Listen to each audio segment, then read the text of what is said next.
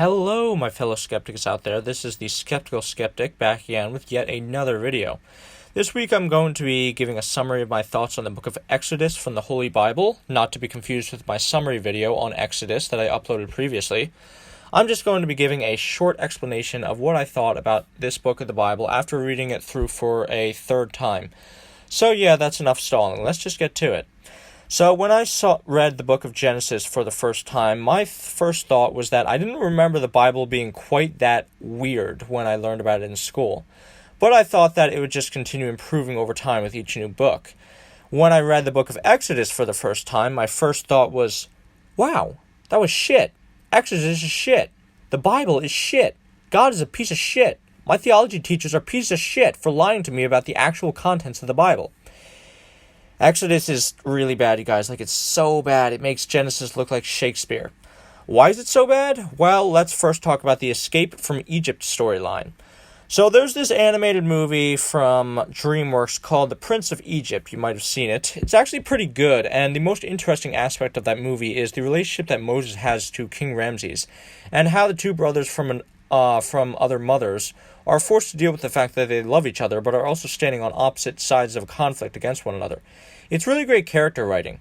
Too bad actual compelling character writing like that is nowhere to be found in the original Exodus story. Pharaoh is an incredibly dull block of wood whose relationship with Moses as his adopted brother isn't even referenced. Moses is also a pretty boring and flat character. We never really get to see any introspection from him whatsoever about how he feels about abandoning the Egyptian culture he was raised in to return and bring horrible plagues upon his former homeland. Like we caught in that DreamWorks movie for children. Also, I know it's a really famous and iconic tale, but the story of Moses trying to break the Israelites out of Egypt is just not very interesting. Mostly because God says outright from the beginning what is going to happen, and then it happens. There's no tension, especially since the Pharaoh somehow never gets the bright idea to just try to kill the guy who is getting God to bring all those horrible plagues to his kingdom. It's also just really repetitive. Moses tells Pharaoh to let the Israelites go. Pharaoh refuses. God sends a plague. Pharaoh says he will let the Israelites go, but then he changes his mind. Moses tells Pharaoh to let the Israelites go. Pharaoh refuses.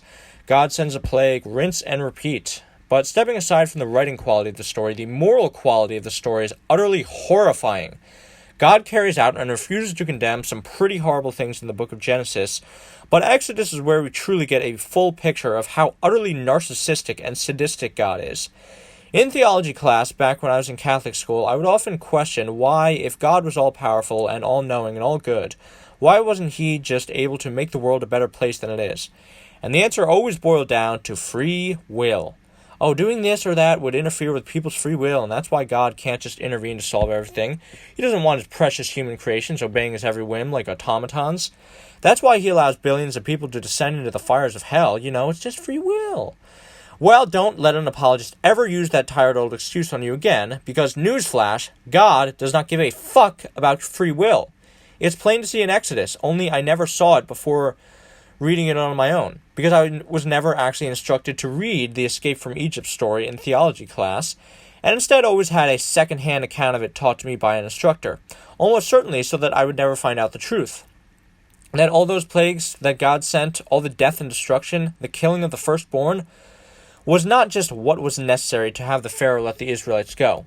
It was completely unnecessary, and the Pharaoh was ready to let the Israelites go after the first few plagues. But he wasn't able to because God bypassed his free will, hardening his heart, and forcing him to not let the Israelites go. You heard that right.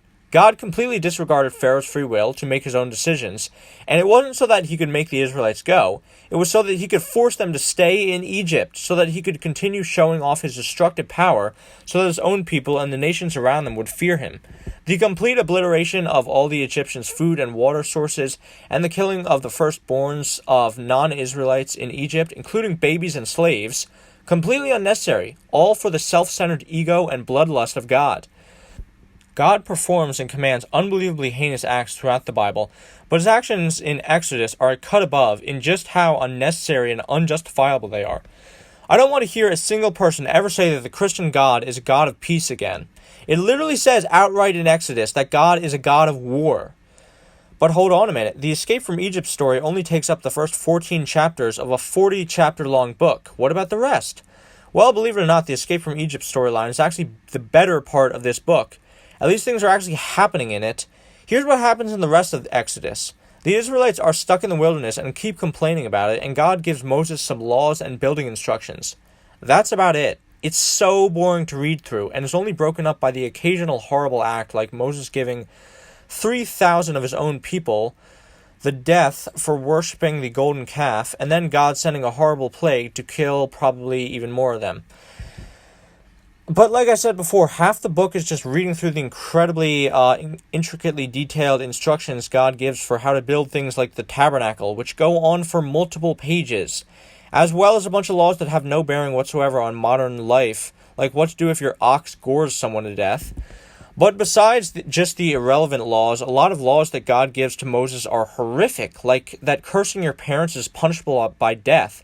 And it has a horrible main message portraying people bowing down to a bloodthirsty warmongering tyrant as a good thing. And yes, I'm talking about God and not the Pharaoh, and you can't make an honest argument that this book even has the bare minimum of an anti-slavery message, because after God frees his own people from slavery, he then gives them laws on how to bind other people into slavery. That's not to say there isn't any entertainment to be found in the book of Exodus, however. There is some legitimately funny stuff in here. Like the incredibly random moment where Moses goes to an inn and God just decides out of nowhere that he wants to kill him, but his wife Zipporah saves him by cutting the foreskin off her son and throwing it onto Moses' feet. Note to self, God may decide to kill you if your children still have their dick tips on. Or how about the accidental hilarity of Moses and Aaron firmly grasping their miraculously rods in their hands? Ooh, I don't know about that, guys. I mean, wouldn't that make you unclean? Or how about the hilarious little detail that the 10 Commandments written on the stone tablets and kept in the Ark of the Covenant are not actually the 10 Commandments that are famous today? Don't kill, don't steal, don't commit adultery. Those were all on the set of commandments that were smashed to pieces. What you really need to remember is to never give any yeast ever to God, since God's hatred of it is so great that he will have people straight up banished for Israel for eating it or sacrificing to him. What the hell is God's beef with this fungus? Seriously, he expresses his disdain for things made with leaven so damn often. What did yeast do to you, God? He is also really serious about his employees getting vacation time, apparently, as he demands that every 7th day and every 7th year the Israelites would not do any work whatsoever, and even picking up sticks on your lawn is punishable by death. It is also, again, interesting to see how different the portrayal of God is in Exodus compared to how we envision him now. When God's doing his first 3 magic tricks, the rod becoming a serpent, the rivers of blood, and the plague of frogs, the Pharaoh's magicians are actually able to do the same thing, clearly implying that there are other gods who are simply lesser than Jehovah, but every bit as real. And there are, of course, those incredibly surreal instances in the book where it talks about God's face, his back, and his feet, as he still has a physical body here in Exodus. Or how about that time that God was about to totally slaughter all of his people for worshipping a golden calf, but Moses ended up talking him out of it. But as a whole, the book of Exodus is just not interesting to read at all. It's very repetitive, and the actual story slows to a crawl after the Israelites cross the Red Sea. Speaking of which, I hope you like reading about the Israelites being trapped in the desert, because that's where they are going to be for the next few books as well. It's honestly pretty ridiculous. I mean, the book of Genesis covered like 2,000 years of content, and yet by this point in the timeline, it just screeches to a halt. The book of Genesis definitely fits into the so bad it's good category of Bible books, but the same can't be said for Exodus, which is just so bad it's bad. But Exodus certainly isn't the worst the Bible has to offer. Oh ho ho, just you wait, because next time we are going to be getting into the dreaded book of Leviticus. Anyway, that was my review of the book of Exodus. Be sure to like, share, comment, subscribe. This has been the Skeptical Skeptic, and as always, remember, be compassionate, be understanding, but most importantly, never stop questioning. Bye.